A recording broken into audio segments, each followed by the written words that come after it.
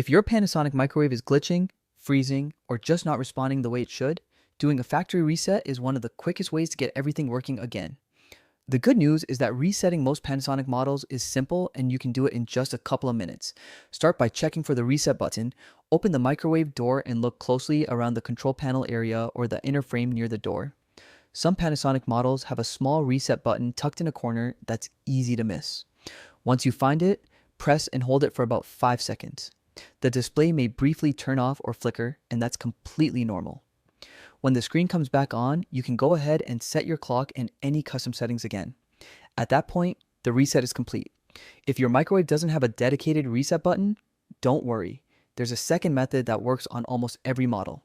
Just unplug the microwave from the wall outlet and wait around 5 minutes. This gives enough time for all stored power to drain out of the system, allowing the internal electronics to fully reset.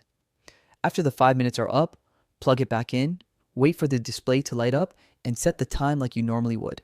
This simple power cycle often clears out glitches, frozen buttons, and weird display errors. If you've tried both methods and your microwave is still acting up, maybe the touchpad isn't responding, the timer is stuck, or the display keeps flashing, there may be a deeper issue with the internal circuitry or control board.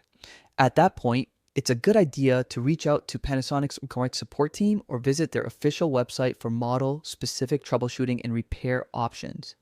A quick reset usually solves the problem, but if it doesn't, getting professional guidance is the safest next step. With these methods, you should be able to factory reset your Panasonic microwave quickly and get it running like new again.